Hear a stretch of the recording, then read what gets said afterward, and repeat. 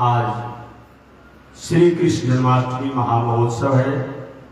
भगवान श्री कृष्ण आज ही के दिन मथुरा में तो जन्म ले लिए थे अष्टमी के दिन, लेकिन जाने लोग नवमी को।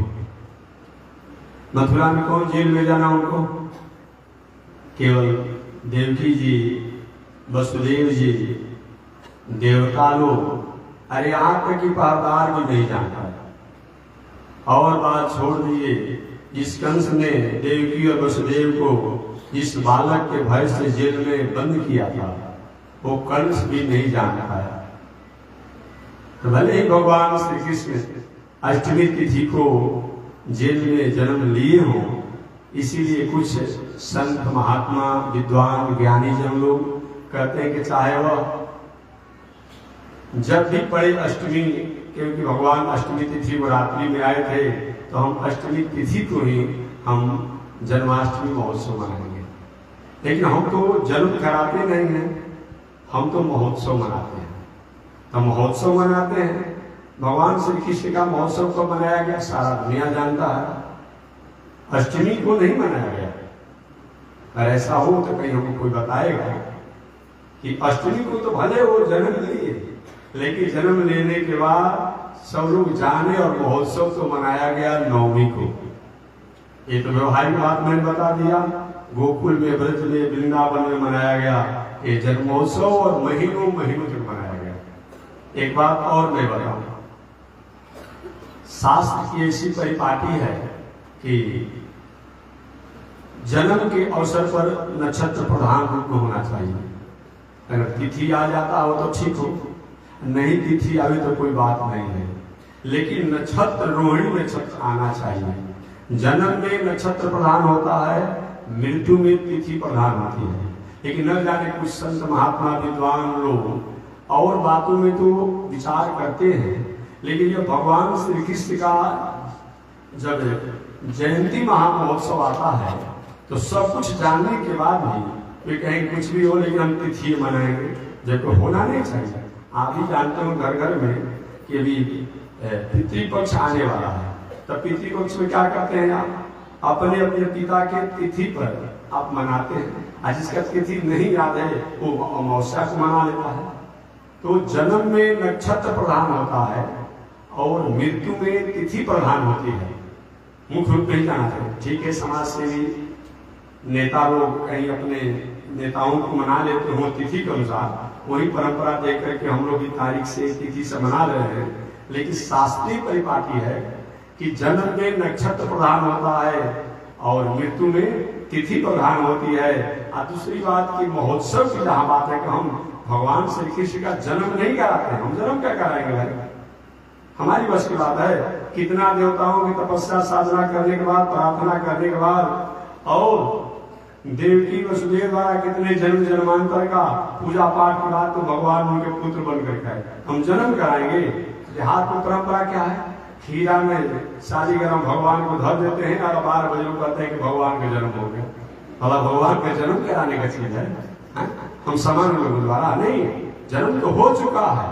जब हुआ था तो जन्म हुआ था। हम उस जन्म के अवसर पर महोत्सव मनाते हैं। बात समझिए, हम उस जन्म के अवसर पर महोत्सव मनाते हैं, न कि हम जन्म कराते हैं। तो जन्म में नक्षत्र प्रधान होता है और मृत्यु में तिथि प्रधान होती है। इसीलिए हम वैदिक परंपरा वाले लोग जो होते हैं, सनातन परंपरा वाले लोग जो होते हैं, जो क्या करते हैं कि नक्षत्र को प्रधान देते हुए उत्सव को मनाते हैं। तो नक्षत्र होना चाहिए जन्म में। एक बात और मैं कहूँ कि अगर कहीं अष्टमी तिथि, अष्टमी की जगह पर नवमी भी हो जाए, एकादशी भी आ जाए तो कोई बात नहीं, लेकिन नक्षत्र होना चाहिए। और कभी भी ये शास्त्रीय परिपाटी है कि अगर नक्षत्र को प्रधानता से अगर हम नहीं मनाते हैं तो सही मायने में हमने शास्त्र की बातों को जान करके भी उन शास्त्रों पर हमने आदर नहीं किया। यही जानना चाहिए। नहीं तो मैं जो अपना तर्क दिया उस तर्क को आपको जवाब कभी न कभी देना चाहिए कि आप अपने पूर्वजों के, अपने लोगों के क्या मनाते हैं? तिथि मनाते हैं। बाप हो, दादा हो, भाई हो, चाचा हो कोई चला गया हो और समय से जैसे चला गया मर गया हो, तिथि मनाते हैं। तो मृत्यु में भी तिथि मनाएंगे, जन्म में भी तिथि मनाएंगे प्रधान नहीं। तिथि अष्टमी आ जाए तभी ठीक है, नौमी आ जाए तभी ठीक है, दसवीं आ जाए तभी ठीक है, लेकिन नक्षत्र होना चाहिए। तो कल रात्रि में अष्टमी तिथि भी आया, लेकिन आज उसमें भी हमारा एक और शास्त्रीय बात है कि कोई भी हम लोग उदय तिथि को मनाते हैं। अभी लोग कहते हैं कि महाराज विवाह नहीं होगा, कहे भाई तो शुक्र अस्त है, ये कहा जाता है कि शुक्र अस्त है, अच्छा काम बहुत कुछ प्रतिष्ठा उत्तिष्ठा चाहे विवाह शादी नहीं होगा, तो शुक्र अस्त है। तो बात समझिए कि आप कोई भी तिथि जब सूर्योदय के समय जो होता है, चाहे वो 5 मिनट के लिए क्यों न रहे, पूरे दिन रात उसको शास्त्र से माना जाता है। चाहे वो 5 मिनट के लिए क्यों न हो, वो माना जाता है। अगर कहीं रात्रि में कोई आता है तो होने पर भी शास्त्र से उसको आदर नहीं किया गया है। इसलिए कल रात्रि में अष्टमी तिथि आया था, सूर्योदय में नहीं। इसलिए कल भी अष्टमी तिथि, लेकिन कल रात्रि में आया था, अतः शास्त्र उसको बहुत आदर नहीं करता है।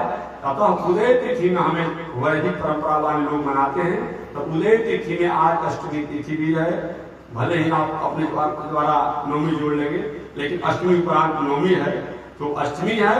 और नक्षत्र को भी आदर करते हुए हमें भगवान श्री कृष्ण का जन्म महोत्सव मनाते हैं, जयंती महोत्सव। आज के दिन हम लोग भगवान श्री कृष्ण की पूजा पाठ करेंगे, व्रत करेंगे, उपासना करेंगे, इस तरह से।